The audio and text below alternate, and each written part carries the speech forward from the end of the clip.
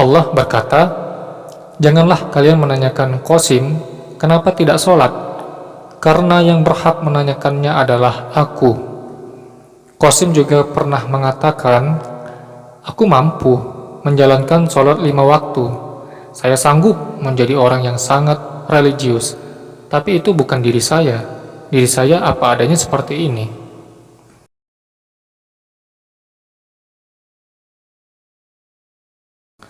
Muhammad Qasim berhadapan dengan Rasulullah SAW.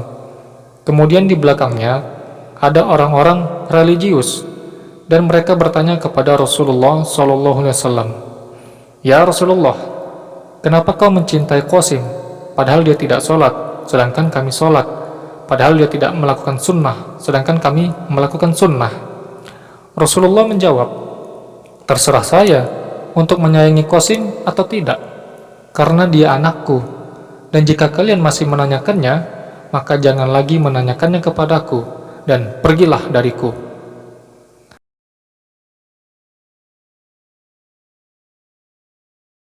Muhammad Qasim dan Nabi Isa alaihissalam di dalam satu kereta. Mereka berdebat untuk siapa yang menjadi imam sholat subuh. Tapi Qasim tidak mau, karena dia mengatakan, "Aku jarang sholat." Sampai akhirnya Nabi Isa alaihissalam mengatakan, "Satu kali ini saja, dan setelahnya itu biar aku semua yang menjadi imam sholat." Maka akhirnya Qasim mau, dan sholat subuh pun didirikan.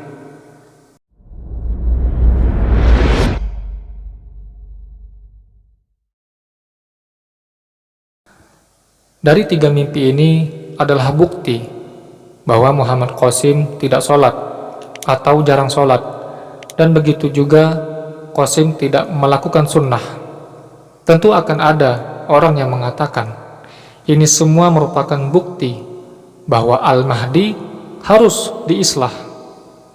Tapi ada sebagian orang yang tidak berpikir seperti itu.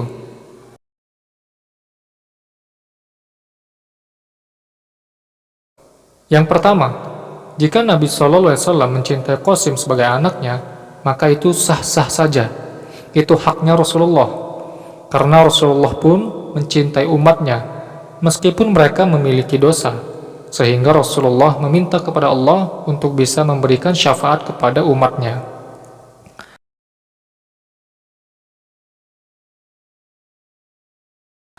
Kemudian poin yang kedua, sangat dimaklumi jika ada orang lain yang bertanya, kenapa Qasim yang sering berjumpa dengan Allah dan Rasulnya tidak ditegur oleh Allah dan Rasulnya tentang Qasim tidak sholat, padahal Rasulullah sangat tegas tentang sholat.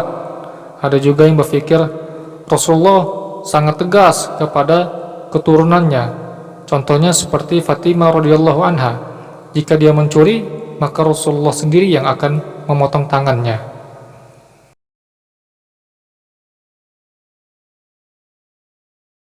Kemudian poin yang selanjutnya, di antara orang-orang yang meninggalkan Qasim karena mereka mengetahui ternyata Muhammad Qasim tidak sholat atau jarang sholat, sebenarnya mereka itu bukan dengan niat mau menghakimi Qasim kenapa dirinya tidak sholat, ataupun juga merasa dirinya lebih baik daripada Qasim. Tidak, sebenarnya mereka juga memahami bahwa amalan sholat itu urusan dirinya dengan Allah Subhanahu wa Ta'ala. Tapi yang menjadi sebuah masalah adalah cerita mimpi Qasim.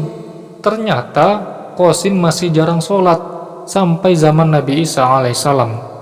Tentu hal ini menjadi sebuah tanda tanya tentang Al-Mahdi yang diislah, karena masa dengan Nabi Isa alaihissalam telah melewati masa pembaiatan di dekat Ka'bah, dan dipahami juga oleh banyak orang akan terjadi islah. Kalau terjadi islah, lalu kenapa Qasim masih jarang sholat hingga zaman Nabi Isa alaihissalam? Lalu di mana fungsinya islah?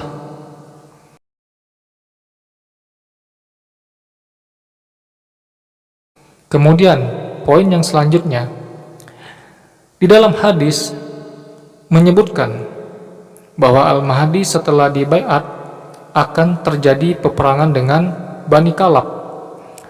Dan di dalam hadis menerangkan bahwa sahabat Hudzaifah radhiyallahu an bertanya kepada Rasulullah sallallahu alaihi wasallam, "Ya Rasulullah, bagaimana dihalalkan memerangi mereka sedang mereka orang-orang yang beriman?"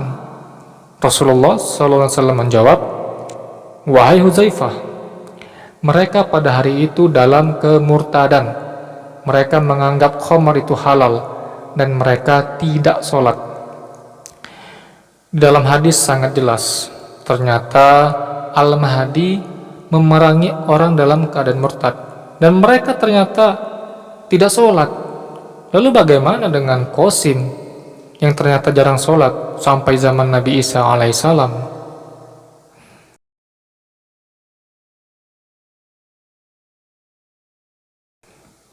Kemudian poin yang selanjutnya, mimpi Qasim tentang diskusi dirinya dengan Nabi Isa alaihissalam tentang asbab berdirinya sholat subuh sangat berbeda dengan narasi hadis. Sangat jelas di dalam hadis Al-Mahdi disebutkan sebagai laki-laki yang solih dan dengan sendirinya maju ke depan untuk menjadi imam sholat kaum muslimin.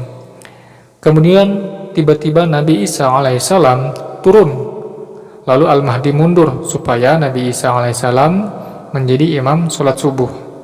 Dan Nabi Isa alaihissalam malah meletakkan tangannya di antara dua bahu Al-Mahdi dan mengatakan, "Majulah kamu dan pimpinlah sholat, karena sesungguhnya ia ditegakkan untuk kamu." Akhirnya sholat subuh didirikan. Maka saya memaklumi jika ada orang yang berpegang teguh kepada hadis daripada mimpi Qasim, karena mimpi Qasim bertentangan dengan hadis. Artinya alasan mereka bisa diterima karena memiliki dasar yang jelas, wahyu yang jelas, yaitu hadis, bukan nafsunya. Allahu a'lam.